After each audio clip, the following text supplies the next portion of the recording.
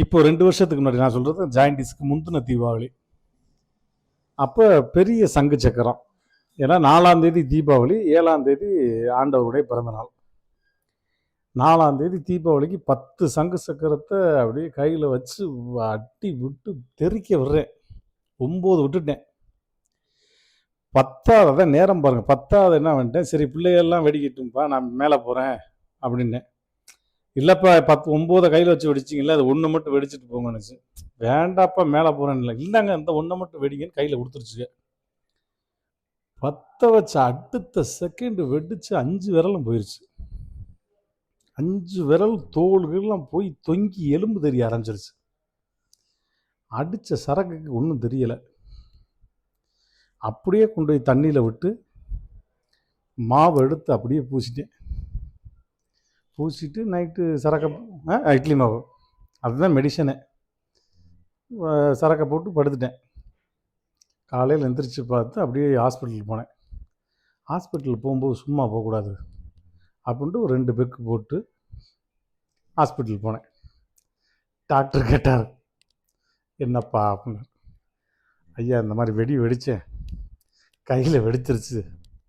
சரி கையில் வெடிச்சிருச்சு, ஊசி போடணும். ஊசி போட்டு இந்த மரத்து போகிற ஊசி போட்டு தான் க்ளீன் பண்ணணும். உள்ளே போகணுன்னு போட்டார். அப்படியே எடுத்தார். இங்கிட்ட பார்க்காதீங்கன்னாரு, எடுத்து கிளியர் பண்ணிட்டார். திரும்ப 2 நாள் கழித்து வாங்கினார். சரி 2 நாள் கழித்து நல்லா பழுத்து கழுத்து தொங்கி போயிருக்குன்னு அவர் நினச்சார். 2 நாள் கழித்து உறிஞ்சா பட்டு போயிடுச்சு. சார் என்ன சார் 2 நாள்ல பட்டு போயிடுச்சு, சுகர் எதுவும் இருக்கா அவங்களுக்குன்னு? அதெல்லாம் எதுவுமே கிடையாது. என்ன உடம்பு சார் அது, தோல் உறிஞ்சு எலும்பு தர அளவுக்கு வந்தீங்க, அப்படியே மரத்து போச்சு. இப்போ கட்டெலாம் கட்டி முடித்து 7ஆம் தேதி காலையில் கமல் சாரை பார்க்க போகிறேன். அவர் எப்பவுமே என்கிட்ட திடீர்னு முரண்டுத்தனமான கேள்வியெலாம் கேட்பார். நானும் அவர் மேலே எனக்கு அவருக்கு ஒரு பெரிய பாண்டிங் ரிலேஷன்ஷிப் இருக்குது. இப்போ கல்யாணத்துக்கு வந்தார். அடுத்து பேரம்பேத்திக்கு அவர் தான் பேர் வைக்கிறேன் இருக்கார்.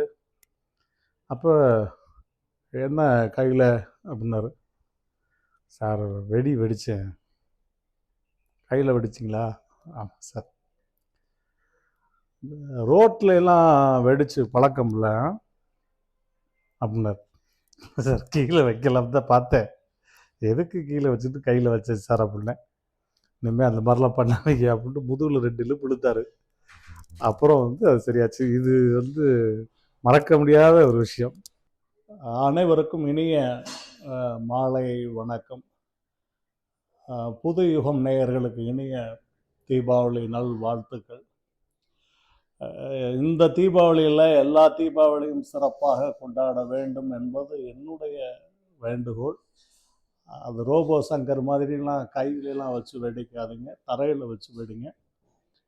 ஜாலியாக அதே சமயம் ஜாக்கிரதையாக வெடிங்க, சந்தோஷமாக இருங்க. அனைவருக்கும் இனிய தீபாவளி நல் வாழ்த்துக்கள். நன்றி, வணக்கம்.